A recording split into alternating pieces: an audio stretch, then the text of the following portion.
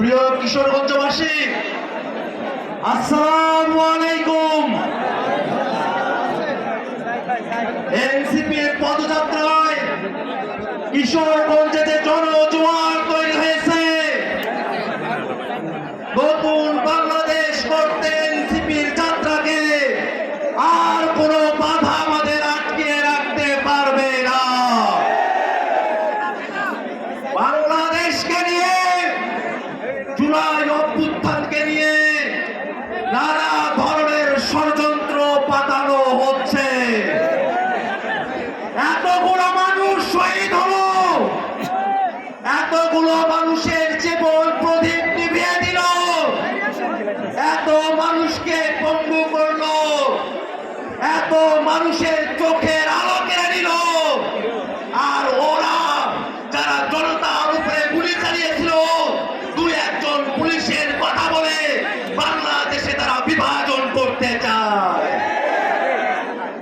এই বাংলাদেশের মানুষ ইতিহাসের পরতে পরতে ধর্ম গোত্রের বিভাজন ভুলে জাতির স্বার্থে আমরা এক হয়েছি।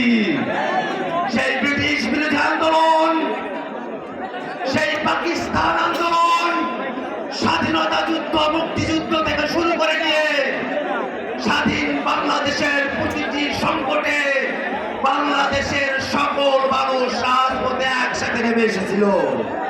ভাইরা আমার, এই বাংলাদেশকে সাম্প্রদায়িক বাংলাদেশ হিসাবে উপস্থাপন করে বাংলাদেশের স্বাধীনতাকে অনেক মানুষ হুমকির মুখে ফেলতে চায়। এই বাংলাদেশের হিন্দু মুসলমান, এই বাংলাদেশের বৌদ্ধ খ্রিস্টান, এই বাংলাদেশে সম্প্রীতিতে বসবাস করবে, সেটা যদি কারো পছন্দ না হয়, সে ঘরের এক কোনায় বসে কাঁদুক। বাংলাদেশকে সাম্প্রদায়িক বলে গালি দেওয়ার অধিকার কোনো মানুষের নাই। এই বাংলাদেশকে নিয়ে, এদেশের স্বাধীনতা সার্বভৌমত্বকে নিয়ে নানা ধরনের ষড়যন্ত্র চলছে। বাংলাদেশের অর্থনীতিকে ডুবিয়ে দিতে, বাংলাদেশের কোনো কোনো অঞ্চলকে কাজ দিয়ে তারা আলাদা করার প্রচেষ্টা করছে। আমরা শপথ করে বলি, আমাদের গায়ে এক ফোঁটা রক্ত থাকতে বাংলাদেশের 1 ইঞ্চি জায়গা আমরা পরাধীন হতে দেব না। এই নতুন বাংলাদেশকে করতে হলে বাংলাদেশের প্রত্যেকটা প্রতিষ্ঠানকে সংস্কার করতে হবে। বাংলাদেশের পাসপোর্ট অফিস, বাংলাদেশের রেজিস্ট্রার অফিস, বাংলাদেশের আইন আদালত, বাংলাদেশের সকল প্রতিষ্ঠান, বাংলাদেশের থানাগুলোকে জনগণের সেবার উপযোগী করতে হবে। ভাইরা আমার, এই নতুন বাংলাদেশ করতে হলে এই বাংলাদেশের ফেসিবাদ বিরোধী সকল পক্ষকে, আমাদের সকলকে এক চোখের সামনের বাংলাদেশ বিনির্মাণ করতে হবে। ভাইরা আমার, বাংলাদেশের মানুষের উপরে এত গুলি বর্ষণ করেছে, এত মানুষকে হত্যা করেছে, এখনো পর্যন্ত আওয়ামী লীগ এবং তাদের দোসরদেরকে শাস্তি কার্যকর করা যায় নাই। আমরা সরকারের কাছে আহ্বান জানাই, 1 বছর সময় গত হয়েছে, আর কত অপেক্ষা করবেন? অতি দ্রুত আওয়ামী লীগ এবং তাদের দোসরদেরকে বিচারের কাঠগড়ায় দাঁড় করাতে হবে। নতুন বাংলাদেশ করতে জুলাই সনদের কথা আমরা বলেছি। মৌলিক সংস্কারের ভিত্তিতে জুলাই সনদ প্রণয়ন করতে হবে।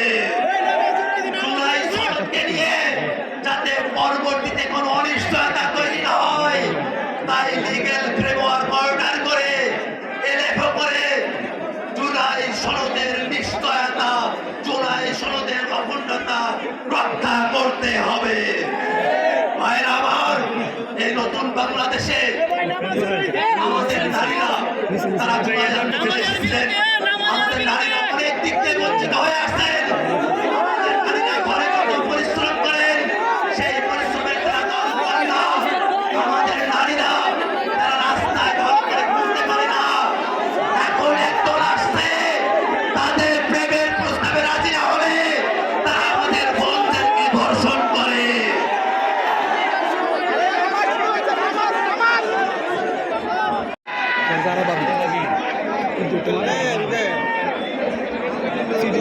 ছাত্র জনতা, আমরা ঈশা নামাজের জন্য 10 মিনিট অপেক্ষা করেছি। আমরা ঈশা নামাজ আনতে আমরা আমাদের বক্তব্য শুরু করবো। যেমনটা বলেছিলাম, বাংলাদেশের নারীরা এখনো পর্যন্ত তাদের নিরাপত্তা আমরা নিশ্চিত করতে পারি নাই। বাংলাদেশের মেয়েরা যারা শিক্ষার্থী, তারা স্কুলে যাবে আর এক দলের কেউ এসে তাকে প্রস্তাব দেবে, সেই প্রস্তাবে রাজি না হলে তারা তাকে ধর্ষণ করবে, ধর্ষণ করার হুমকি দিবে। এই বাংলাদেশ আমরা চাই না। ভাইরা আমার, অত্যন্ত দুঃখের বিষয়, গত 2 মাসে জাতিসংঘের হিসেবে ফিলিস্তিনে 1000 উপরে মানুষ ক্ষুধার যন্ত্রণায় না খেয়ে তারা মারা গেছে। আমরা বিশ্ব সম্প্রদায়ের কাছে আহ্বান রাখি, মানুষদেরকে ক্ষুধার যন্ত্রণায় মারবেন না। নিরস্ত্র ক্ষুধার্ত ত্রাণ প্রত্যাশী মানুষের উপরে ইসরায়েলি বাহিনী যে গুলি বর্ষণ করছে, এই প্রত্যেকটা গুলির হিসেব বিশ্ব নেতৃত্বকে দিতে হবে। দুনিয়া সবসময় একরকম চলবে না। মজলুমের কান্নার আওয়াজ আরশ আজিমে পৌঁছে গেছে। আল্লাহর ফয়সালা আসলে পশ্চিমের কোন শক্তি ফিলিস্তিনের ভাইদের স্বাধীনতাকে আটকিয়ে রাখতে পারবে না। ভাইরা আমার, আমরা আমাদের বক্তব্য নির্ধারিত করবো না। এটুকু বলবো, আপনারা কিশোরগঞ্জের মানুষেরা, আপনাদের কিশোরগঞ্জের আমাদের বীর সন্তানেরা, আরাব সাইদ খান, আক্রাম হোসেন রাজ, আরমান, খায়রুল কবির, দিদার শাহ, সাইদ উজ্জ্বল, আলামিন টুটুল সহ আমাদের যেসব ভাইরা আপনাদের সঙ্গে রয়েছেন, আমরা আশাবাদী আপনারা তাদের নেতৃত্বে নতুন বাংলাদেশের জন্য কিশোরগঞ্জের প্রত্যেকটা ঘরকে আপনারা প্রস্তুত করবেন। ভাইরা আমার, নতুন বাংলাদেশের আহ্বান জানিয়ে এবং এই বাংলাদেশে যেন আর কোনোভাবে ফেসিবাদ ফিরে না আসতে পারে সেই প্রত্যয় ব্যক্ত করে আমি আমার বক্তব্য এখানে শেষ করছি। ইনকিলাব জিন্দাবাদ।